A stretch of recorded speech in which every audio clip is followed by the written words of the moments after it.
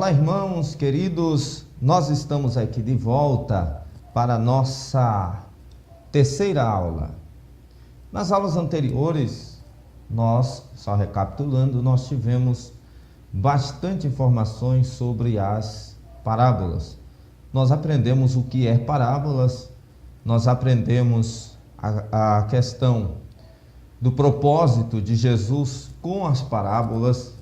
Nós aprendemos que o propósito de Jesus com as parábolas era não de complicar a sua mensagem, mas de esclarecer a sua mensagem aos seus ouvintes, em especial aos simples. Ele sabia tanto falar com pessoas mais abastadas financeiramente, como também a falar com pessoas de condição um pouco mais humilde financeiramente. Nós observamos que Jesus utilizava então as parábolas mais como um meio didático, como uma ferramenta de ensino. Também aprendemos que não apenas Jesus usava as parábolas como uma ferramenta de ensino.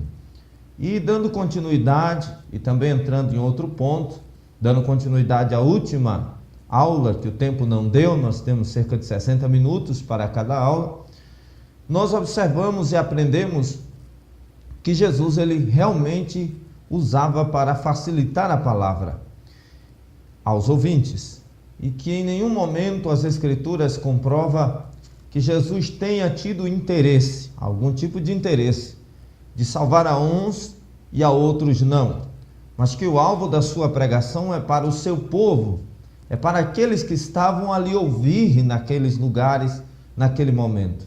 Ou seja, Jesus, segundo as Escrituras, nunca teve a pretensão, jamais, de salvar a uns e fazer com que outros não entendessem a sua pregação. Se fosse desta maneira, certamente, o Senhor Jesus Cristo pregaria com um propósito de salvar a uns, mas sem propósito de salvar a outros.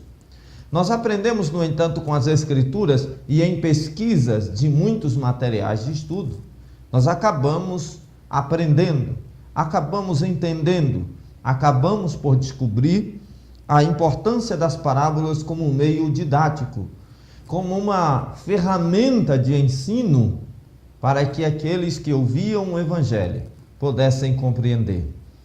Uma coisa interessante que aprendemos com Jesus, como dissemos na primeira aula, é que Jesus é o maior exemplo de evangelizador. Não existe missionário com quem se possa ter mais ou melhores exemplos de pregação expositiva, principalmente aos não cristãos, do que o próprio Jesus. Nós chamamos hoje de evangelista pessoas que nunca evangelizaram o seu vizinho, pessoas que nunca evangelizaram ninguém. Nós também dizemos, e às vezes ouvimos alguém dizer, que não tem o dom para evangelizar. Eu não tenho o dom para pregar a palavra para pessoas não crentes. Meu dom é pregar no altar de uma igreja, no púlpito de uma igreja, apenas para pessoas crentes. Mas será que, biblicamente falando, essas afirmações estão corretas? Será que realmente existe essa de que eu escolho ou não escolho falar das coisas de Deus?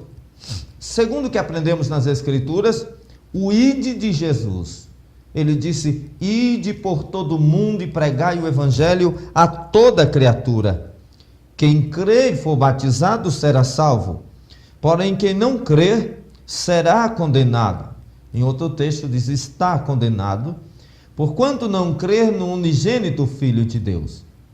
Ou seja, meus amados irmãos, não existe esta de opção para pregar ou não pregar.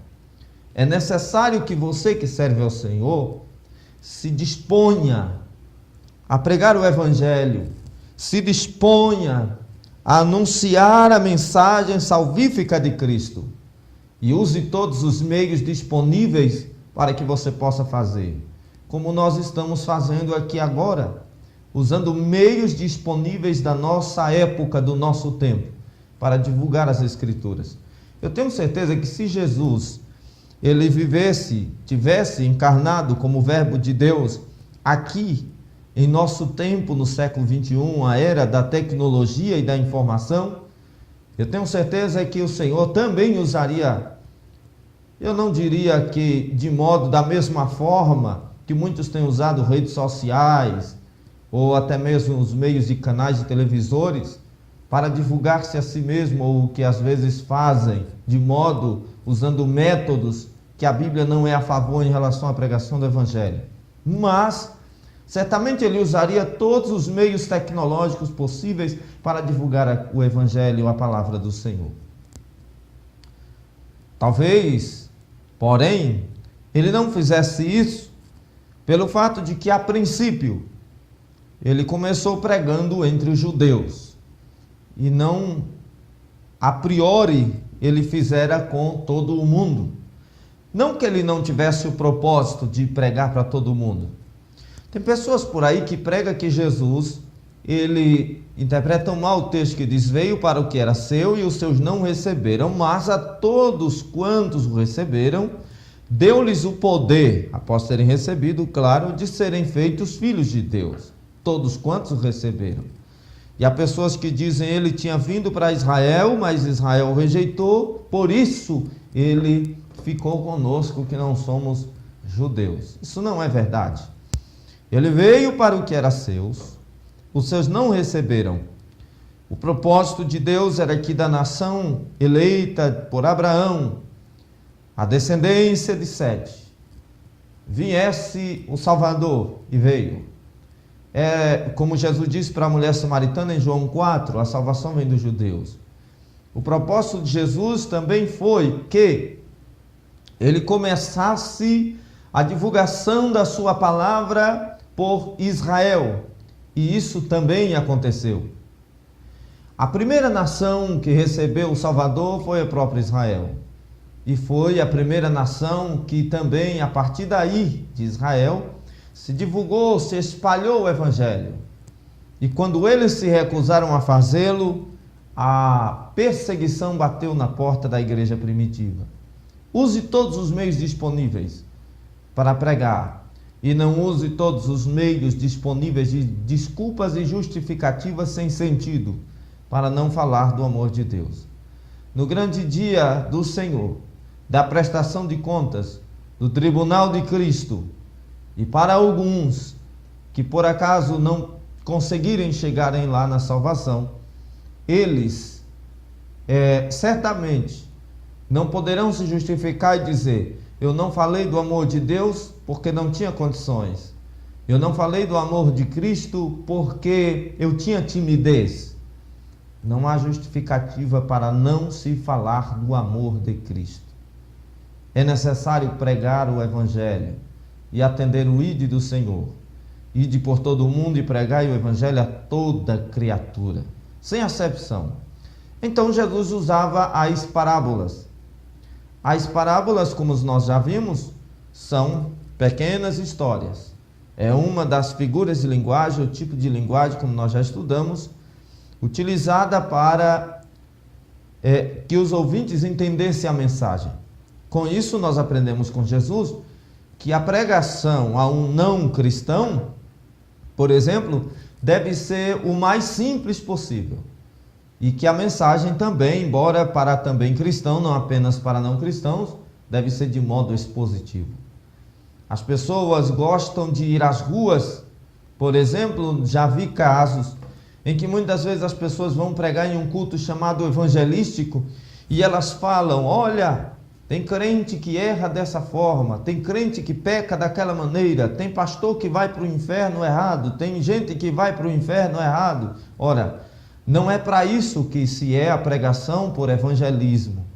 Nunca Jesus ficou expondo os defeitos dos seus discípulos diante das pessoas. Primeiro, porque não é de seu feitio, do seu costume, não é de praxe ele ficar fazendo isso. Segundo, não é mister que se faça. Terceiro, não se ganha ninguém para Cristo e para a igreja, consequentemente também para a igreja, se primeiro você denegriu a aparência da igreja, você denegriu na mente das pessoas, você difamou, você tirou a boa imagem, a boa impressão. E a primeira impressão é que fica, você difamou a boa imagem da igreja, do evangelho. Depois, não vai reclamar que ninguém quis aceitar Jesus na tua igreja, meu caro obreiro. Ora, Jesus tinha um tesoureiro ladrão, e Jesus nunca deu indiretas a ele em público, não vemos isso nas Escrituras. Em nenhum momento, nem mesmo quando aquela mulher quebrou o vaso de alabastro, equivalente ao trabalho de um ano de serviço, por diária, ganhando diária. Ela quebra um vaso de alabastro para ungir o Senhor em um ato simbólico de adoração, carinho e consideração. E gratidão. E Jesus Cristo repreendeu a Judas, que reclamou do valor gasto, que ele chamou de desperdício. Mas, embora o evangelista diga que ele tinha a bolsa e tirava o que queria, e que ele não estava preocupado realmente com os pobres, assim como também não demonstrou preocupação com o próprio Jesus, ou com a mulher que ali estava, ainda assim, Jesus não expôs Judas Iscariotes. Então é preciso saber falar de Cristo. É preciso saber ganhar almas para Cristo. E aprendemos com a Bíblia que quem ganha alma, sábio é. É necessário ter sabedoria, e sabedoria é algo que Deus dá para que se ganhe pessoas pregando a mensagem do Reino. E nós aprendemos sobre as parábolas. Estudar as parábolas, irmãos, também é um estudo hermenêutico. Também é um estudo hermenêutico exegético. Você sabe que a palavra hermenêutica, em questão prática, vamos colocar assim, trata-se da ciência que trabalha com a interpretação das Escrituras, à luz de uma exegese. A hermenêutica, na verdade, é uma área da exegese. A palavra exegese, que também tem seu contrário, exegese. Exegese é o correto, é extrair. A palavra exegese começa com ex, de êxodo, saída, de extração, exausto. Temos a mesma palavra exegese implícita, ex implícita. Nós temos exausto, tirar o fôlego, cansar completamente. A palavra êxodo, como disse, que significa também saída. Nós temos também a palavra exemplo, exemplo, que se trata de extrair lições para algo, de algo para alguém. Isso é bem interessante. A hermenêutica aparece como um campo da exegese, né? A hermenêutica é a arte de interpretar. Dentro da hermenêutica nós temos as parábolas, que é dotada de formas de linguagem, como nós já estudamos aqui no início. Essas formas de linguagem é principalmente alegoria, símile, entre outros. Essas formas de linguagem trazem alegorias, traz também alguns símbolos, traz os tipos de linguagem que nós já estudamos no início. As parábolas vêm trazendo aí essas categorias que são muito importantes para a gente estudar. Agora é interessante que nós falamos no início que a palavra parábola vem do grego parabole, né? E tem o sentido de pôr lado a lado, fazer comparações. Pôr lado a lado, fazer comparações. Utilizando-se de meios compreensivos, simples. É interessante que a característica de uma parábola é uma característica de pregação simples. Trata-se de trazer coisas, como já dissemos, do contexto do cotidiano das pessoas, assuntos conhecidos das pessoas, para a divulgação do Evangelho ou para se transmitir o pensamento que se tinha desejo de transmitir. Mas eu gosto muito da palavra parábola no hebraico. No hebraico, a palavra parábola é mashal. A palavra mashal no hebraico é lâmpada. No grego, parabole ou paraboler, que é pôr ao lado, fazer comparação lado a lado. E no hebraico é mashal, lâmpada, que traz um sentido de procurar aquilo que está oculto, esclarecer ou clarear, iluminar aquilo que está escondido. Daí porque, eu repito, Jesus tinha a intenção de que entendessem a sua pregação. Ele traz a iluminação sobre isso. Até existe uma lenda dos judeus, que a parábola traz esse mesmo sentido. É uma das, vamos dizer assim, origens da palavra parábola para o hebraico, que é quando a história judaica de um homem, é uma parábola também, de um rei que perderam uma pérola no seu palácio, e ele acende uma lâmpada e sai à procura. É a semelhança, note a semelhança com as parábolas de Jesus. Essa parábola é dos rabinos. A parábola de Jesus, como eu disse em outra aula, é comparável. Em alguns casos, as parábolas, elas são verídicas pelo fato de que Jesus não as criou, mas elas vinham sendo trazidas antes. Então ele acende uma candeia, como aquela mulher da dracma perdida acendeu uma lâmpada dentro de casa, e ele sai procurando a sua pérola que se tinha perdido até que encontre. Se ele não acendesse a lamparina, a lâmpada, ele jamais encontraria sua pérola perdida, assim como aquela mulher a sua dracma perdida. No caso do Senhor Jesus Cristo, em relação às parábolas, parábola é o mesmo sentido. A parábola no hebraico mashal quer dizer acender a lâmpada em lugar escuro. Acender a lâmpada para que se veja o que está em oculto, o que está escondido.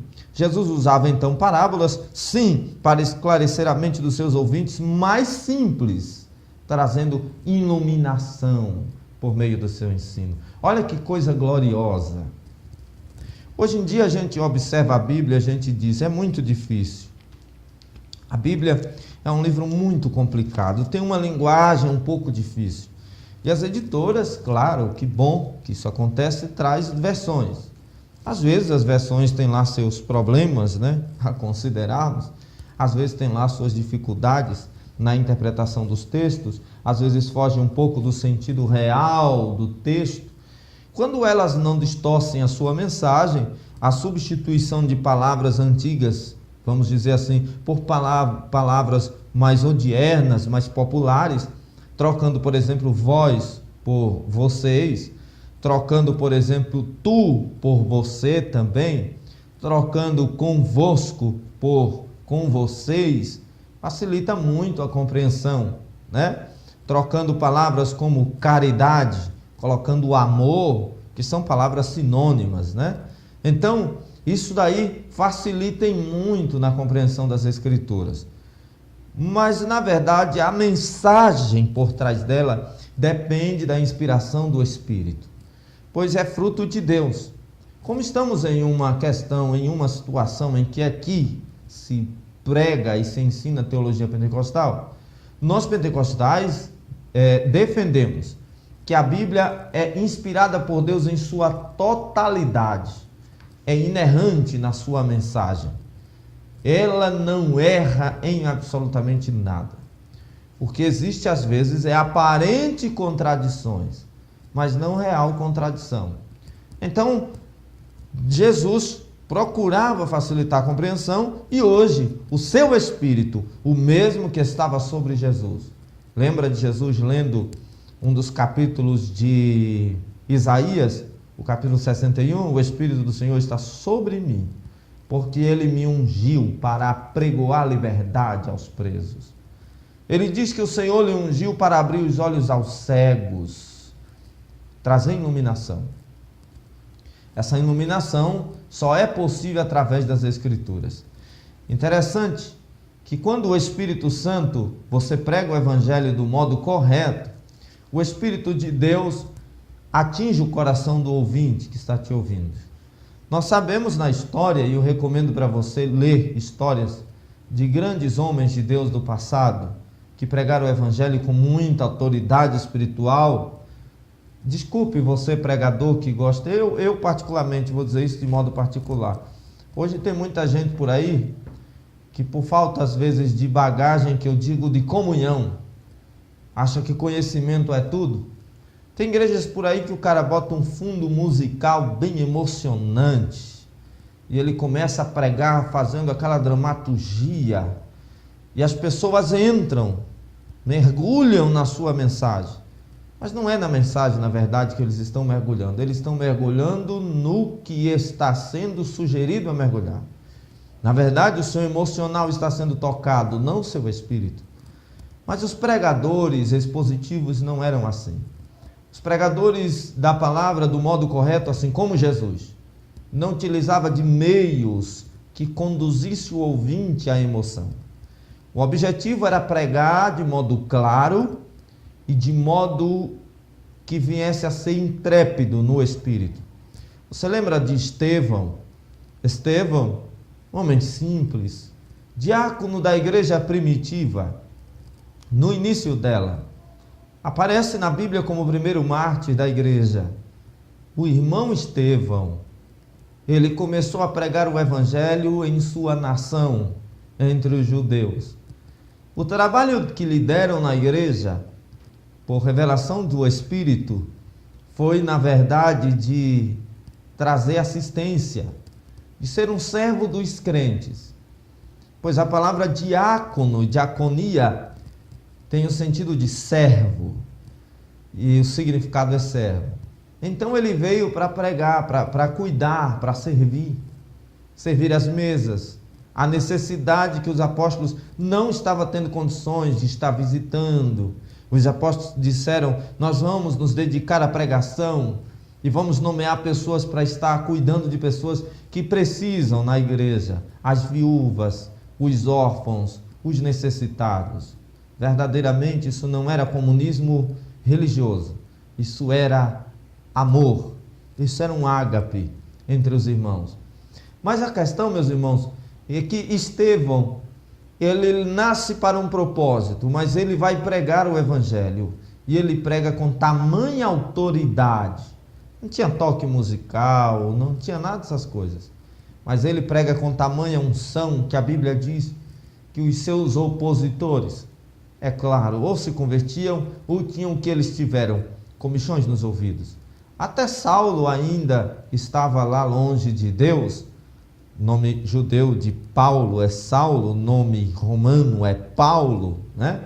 Saulo e Saul no hebraico são a mesma coisa, as pessoas têm uma ideia de dizer que Paulo mudou de nome. Enfim, ele testemunhou, ouviu a pregação de Estevão e não se converteu, mas a unção de Deus na vida de Estevão, com muita autoridade, Deus falou com os seus opositores. Eles não destruíram Estevão de modo inconsciente da mensagem, mas Estevão era simples. Leia o discurso de Estevão, conheça o discurso de Paulo, que embora tenha tanto conhecimento, o grande teólogo da igreja primitiva, mesmo assim pregou com tamanha simplicidade, mas conhecimento de causa, dentro daquelas culturas que ele teve que pregar na Ásia Menor, em muitas ocasiões, ele usando de artifícios e meios, como por exemplo, ele utiliza a figura, ele paraboliza com a figura de ali, ele usa uma figura de linguagem, uma alegoria, talvez, ali no caso do altar a Deus desconhecido. Então, são coisas importantes na pregação.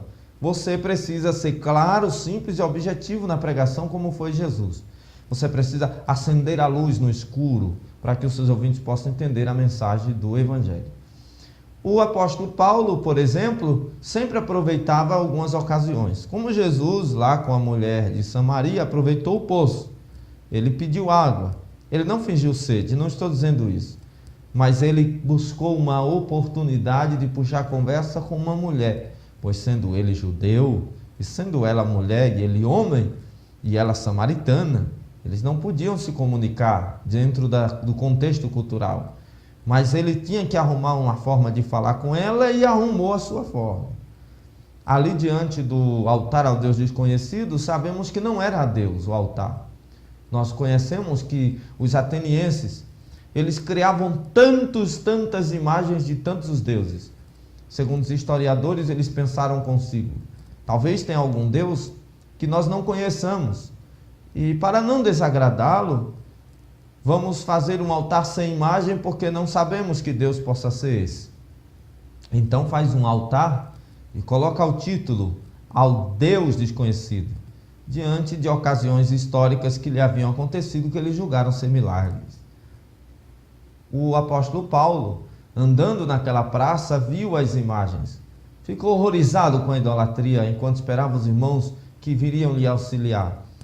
E ele pega exatamente a figura do altar ao Deus desconhecido e começa a pregar o evangelho a partir disso. Ou seja, o linguajar, utilizando figura de linguagem como ferramenta de pregação, como Jesus usou, entre elas a parábola. Agora, você tem o apóstolo Paulo aí. Quando ele está no cárcere, você lembra do cárcere? Em que ele está preso junto com Silas, e eles estão cantando à meia-noite, adorando ao Senhor. O carcereiro também está lá, é claro. E à meia-noite, por volta da madrugada, acontece um grande terremoto, a cadeia se abre, todos os presos são soltos. Pelo menos é o que a Bíblia deixa bem claro. E a Bíblia diz que o carcereiro pula no meio, no escuro, achando que todos haviam fugido. E ele pega da espada e diz: vou tirar minha vida. E pergunta para Paulo e Silas: o que farei para que seja salvo? Paulo aproveita a ocasião e diz assim: crê no Senhor Jesus Cristo e será salvo tu e a tua casa. Interessante é notar um detalhe, meus irmãos. Nós usamos muito esse texto para dizer: crê no Senhor Jesus Cristo, será salvo tu e a tua casa, para os que ainda não servem ao Senhor. Mas quantos servem ao Senhor e a casa não foi salva? Quantos servem ao Senhor casa, que você sabe, claro, lá, pessoas, não casa, paredes, claro. Como explicar isso?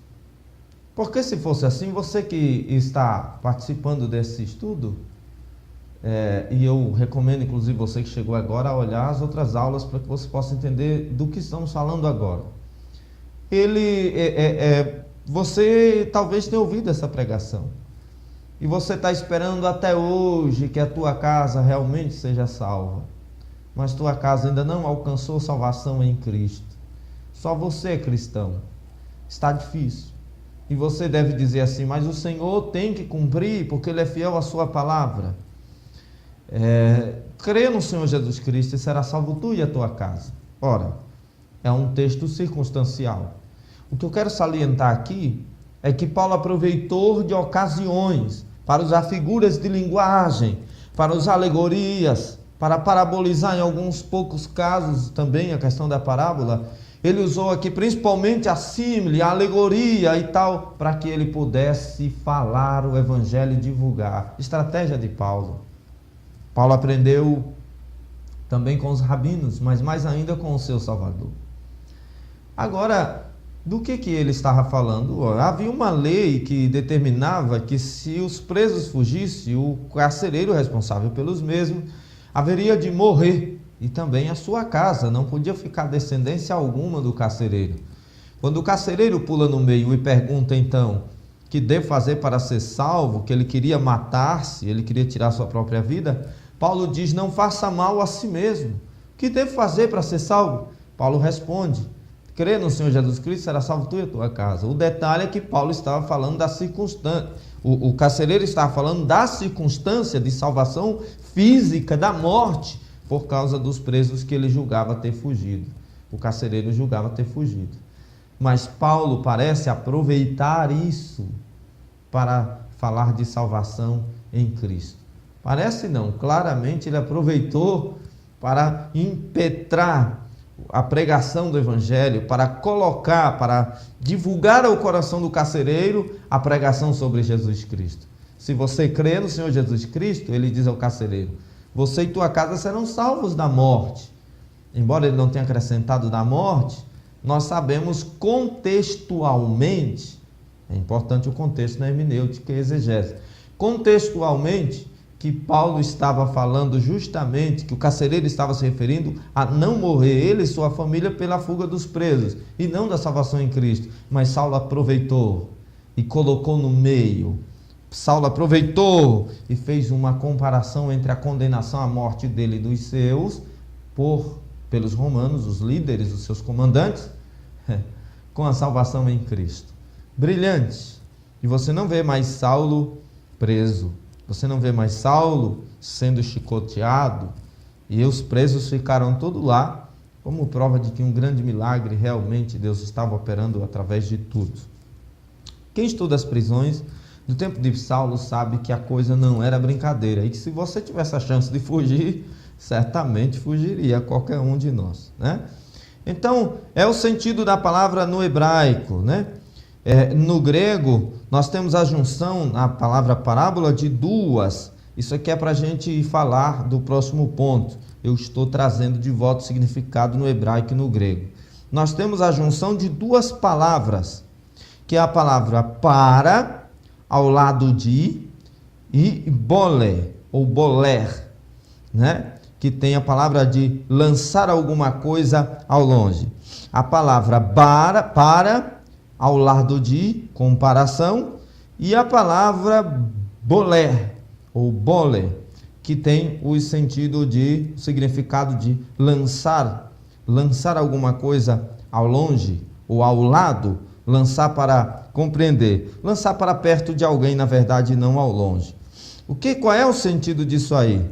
O Senhor lançava a mensagem, utilizando de seus meios de parábolas, para que as pessoas entendessem. Ele estava lançando diante dos olhos e no coração das pessoas a pregação, a divulgação do Evangelho. As parábolas, elas serviam também para ilustrar pelo menos 3 verdades na vida dos seus ouvintes. Servia para ilustrar, primeiro, verdades morais. Segundo, verdades éticas de padrão de vida. E terceiro, verdades espirituais.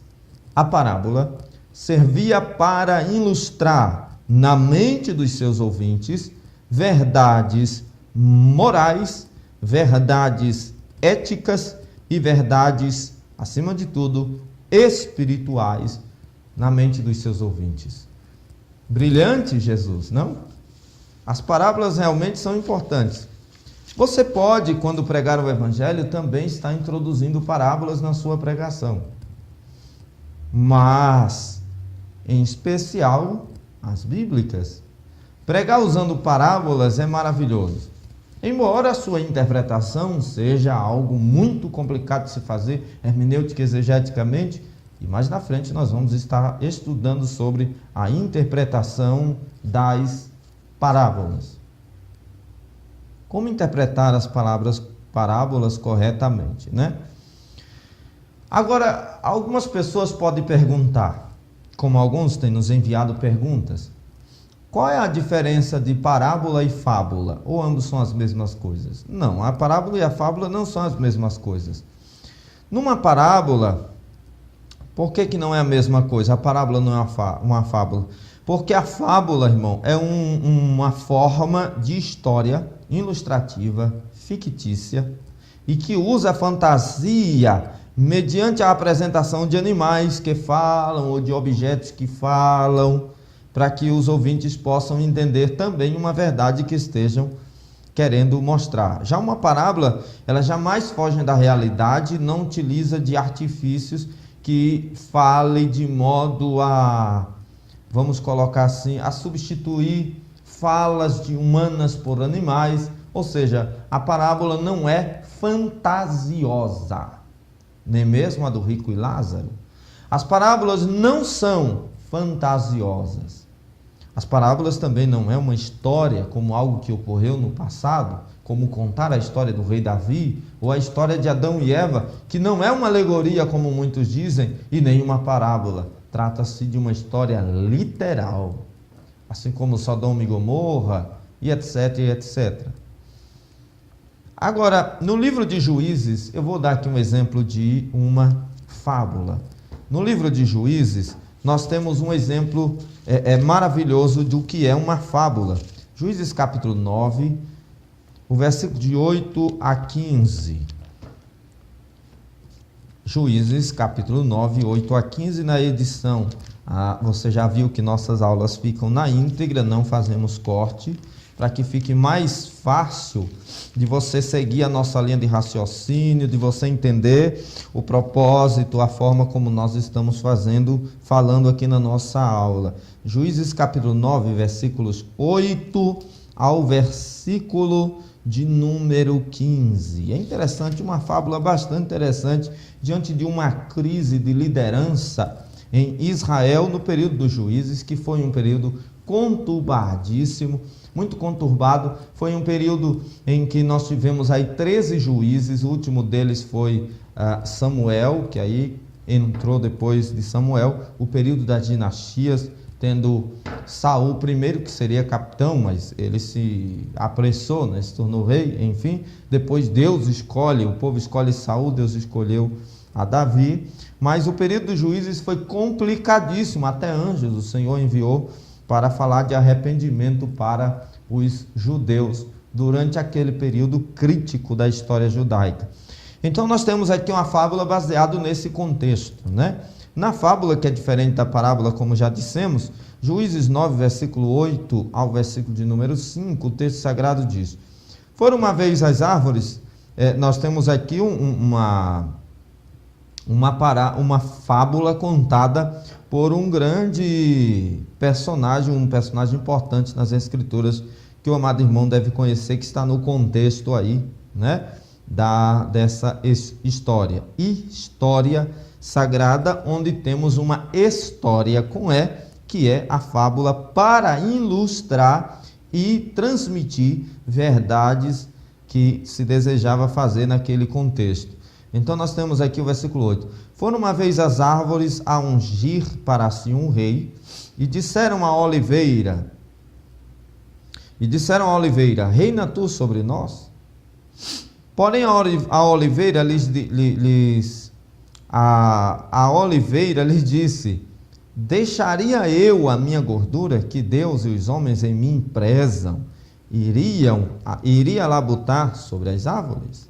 Uma fábula. Veja que há conversas entre seres que não é humanos, como o caso aqui nós temos árvores, plantas, vegetais falando. Então disseram as árvores à figueira: vem tu e reina sobre nós. Porém a figueira lhe disse: deixaria eu a minha doçura, o meu bom fruto, iria labutar sobre as árvores, ou governar sobre as árvores? Então disseram as árvores à videira: vem tu e reina sobre nós. Porém a videira lhe disse: deixaria eu o meu mosto, que alegra a Deus e aos homens, e iria labutar sobre as árvores? Alegra a Deus e aos homens. Em relação ao vinho, está aqui apresentando apenas, a Bíblia está mostrando a narrativa, né? A Bíblia não está aprovando. É uma coisa interessante da hermenêutica, irmão, é você perceber que existe coisa na Bíblia que é apenas um relato, e a Bíblia não está confirmando ou aprovando. Por exemplo, a poligamia. A Bíblia não está aprovando a poligamia, a Bíblia está relatando que existia a poligamia. Quando a Bíblia diz que o Salomão, por questões políticas ou por questões pessoais e morais em alguns casos, ele arrumou mais que uma esposa e várias concubinas, a Bíblia não está dizendo que é a favor da poligamia, está apenas relatando. Quando a Bíblia fala também da bebida embriagadora, em que pessoas ficaram embriagadas, alguns deles ficaram até nu, como o caso do homem de Deus Noé, o que a Bíblia não aceita ou não coloca como um comportamento padrão para um homem de Deus, a Bíblia não está confirmando, apoiando, a Bíblia está apenas relatando.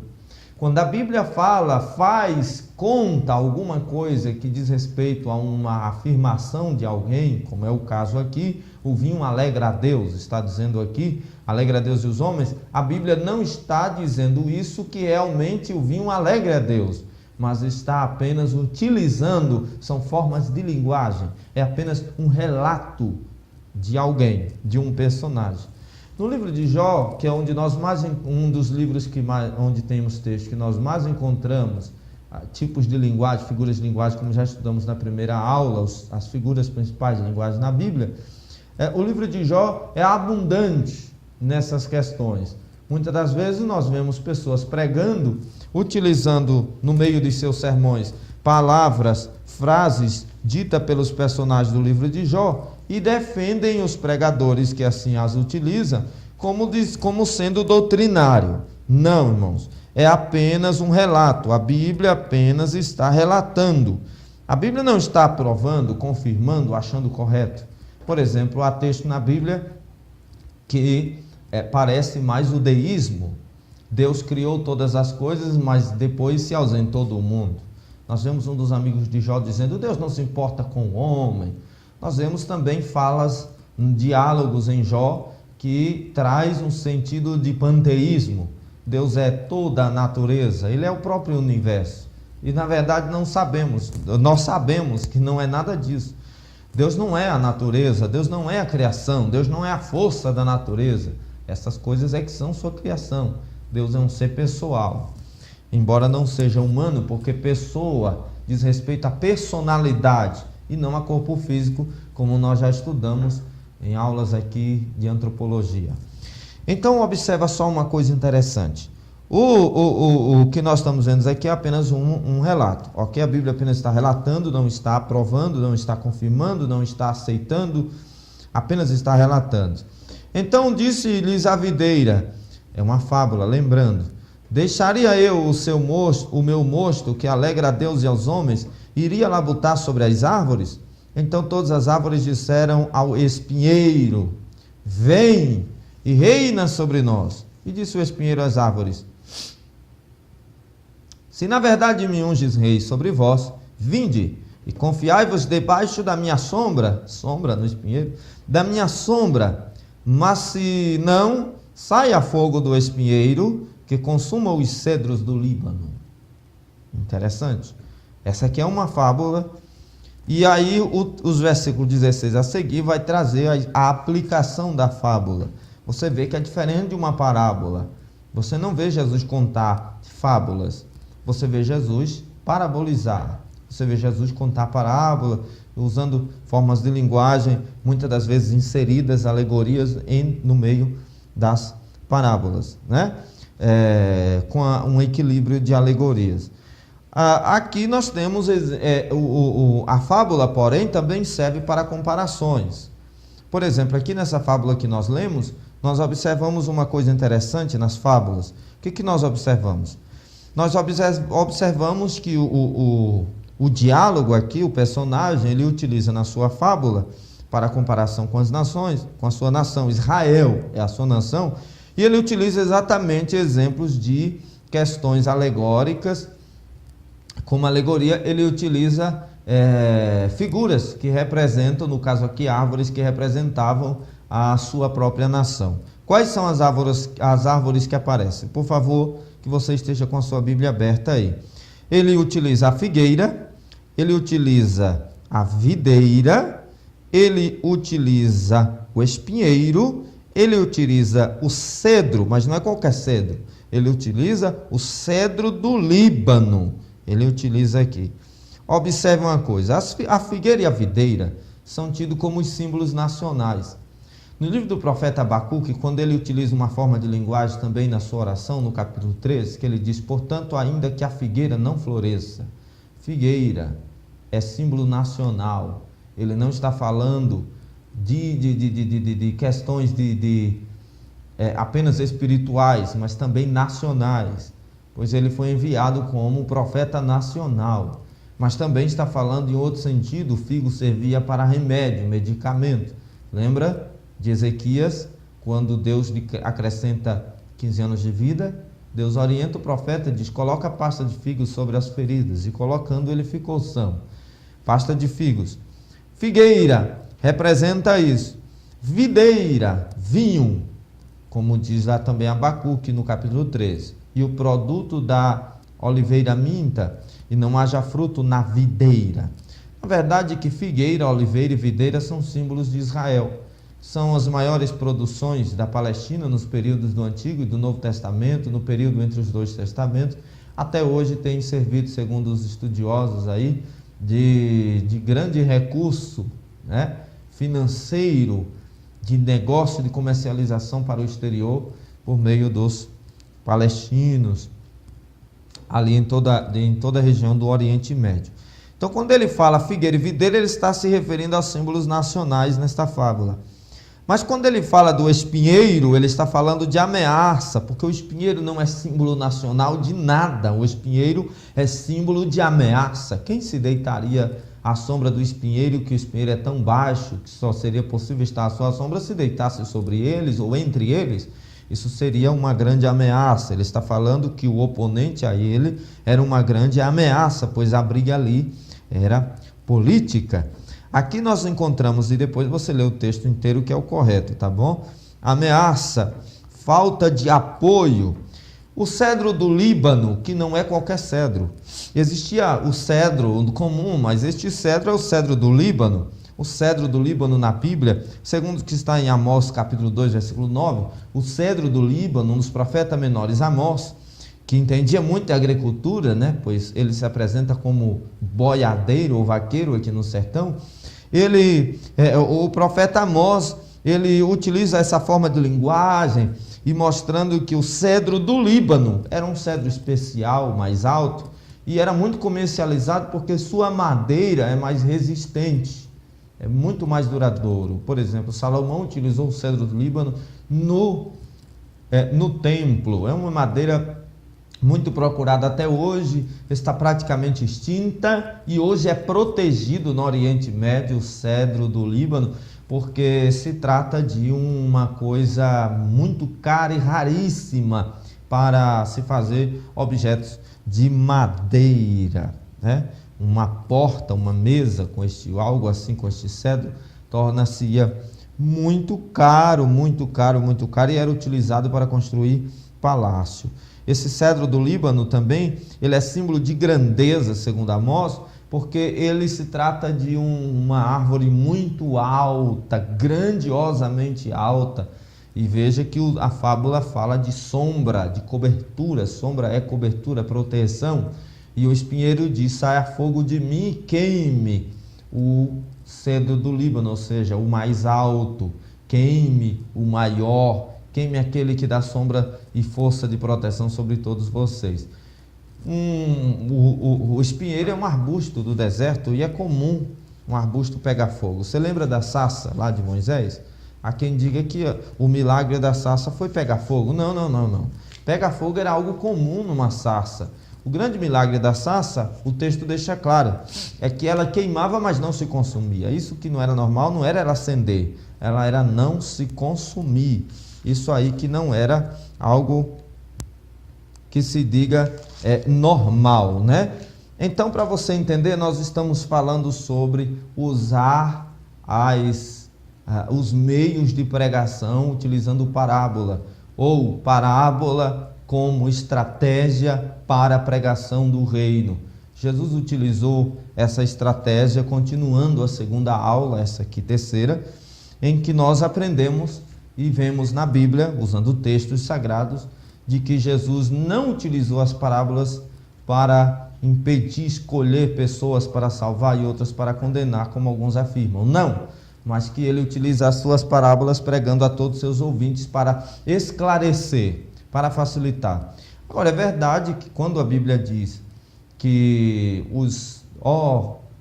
glorificado seja o Pai, ou graças ao Pai, porque ocultou essas coisas aos sábios entendidos e revelaste aos pequeninos. Jesus não estava afirmando que os sábios entendidos realmente fossem sábios entendidos espiritualmente, mas sim que isso é o que eles afirmavam. Ou seja, eles não conseguiam entender nem mesmo as parábolas, meus irmãos. Não é que Jesus não quisesse que eles entendessem, mas é porque seus corações estavam endurecidos diante da sua jactância, estavam endurecidos diante do seu orgulho, da sua arrogância em dizer que nós já sabemos tudo. Você lembra quando Jesus abriu os olhos a um cego e que foi chamado inclusive até os pais do cego para confirmar se realmente ele era cego mesmo, né? E quando Deus fez um grande milagre, e a Bíblia diz que houve uma grande discussão ali com os pais e com ele. Os pais disseram: ele é maior de idade, diga a ele que responda, ele pode responder por si mesmo. E realmente ali quando o homem vai replicar contra os principais sacerdotes que diziam que o Senhor vivia em pecado, né? A Bíblia diz que eles são duros com aquele homem, diz assim: você nasceu em pecado e quer ensinar a nós? Ou seja, aqueles grandes de Israel se auto-justificavam, né? Se achavam muito justos, tá? Às vezes nós falamos de história bíblica, às vezes não damos nem referência, porque acreditamos que você que está estudando teologia nesse nível, ainda que seja o básico, deve ter uma compreensão, ou pelo menos o hábito de ler a Bíblia. Não justifica um cristão não ter o hábito de ler as Escrituras, né? Então fica aí, você precisa utilizar todos os meios da pregação. Use as estratégias que o Senhor te der. E entenda uma coisa, meu caro irmão, em nome do Senhor Jesus Cristo, o Senhor quer, o Espírito Santo quer convencer as pessoas para quem você prega. Utilize, veja os exemplos de Jesus, olhe para os exemplos de Jesus e pregue a palavra em tempo e fora de tempo. Pregue a palavra com sabedoria, pregue a palavra com entendimento. Não é a sua insistência que faz uma pessoa converter-se a Cristo, não é a tua inteligência, não é o teu jeito, não é a música de fundo que você bota quando você vai pregar. Não. Aliás, nem precisa disso. Como eu disse no início desta aula, houveram homens no passado que eles liam o sermão, eles pegavam o sermão, eles apenas liam o sermão escrito. Eles começavam a ler e durante a leitura, isso que é tremendo, né? Durante a sua leitura, o Espírito Santo mexia com as pessoas. Quem não lembra daquela pregação de um homem famoso, pecadores nas mãos de um Deus irado? Sermão tremendo. A história diz que enquanto o pregador pregava, as pessoas tremiam de pavor do inferno. Pregação tremenda. Eu não estou dizendo para você pregar um evangelho que mete medo, um evangelho que assusta, não. Eu estou falando para você pregar um evangelho com autoridade espiritual. O evangelho de Cristo é de Cristo. E você depende de autoridade para isso, autoridade espiritual. Mas também de sabedoria ao pregar. Utilize formas, seja simples na linguagem, embora com conhecimento. Seja expositivo na sua pregação, principalmente na hora de ensinar. Hoje nós temos uma visão de que pregador é aquele que prega entre os crentes. A igreja primitiva ensinava, né? Para a igreja primitiva, pregar era quando saía na rua, para pregar para os que não conheciam o Senhor. Eles pregavam fora, né? Mas dentro da igreja eles ensinavam. Eu não estou dizendo que na liturgia esteja incorreto a pregação de hoje. Não. Eu estou dizendo como era que eles faziam. Nós deveríamos entender dessa forma. Apesar que a palavra pregar é fixar a ideia, os métodos de fixação dessa ideia devem ser orientados por Deus e, claro, a base deve ser as Escrituras Sagradas. Não as experiências próprias, experiências pessoais, mas a Bíblia Sagrada você deve pregar. Amém? Deus continue abençoando você de um modo todo especial. Vamos para a nossa segunda aula. Nossa segunda aula é quente, tá? Você que está assistindo aí essa aula, nossa segunda aula é quente. Nossa terceira aula, puxa vida, eu esqueço até isso. Nossa terceira aula, nós vamos estar estudando sobre a história da interpretação das parábolas, tá bom? Então, você possa estar aí se dedicando ao conhecimento das Escrituras. Até nossa próxima aula. Já clica aí na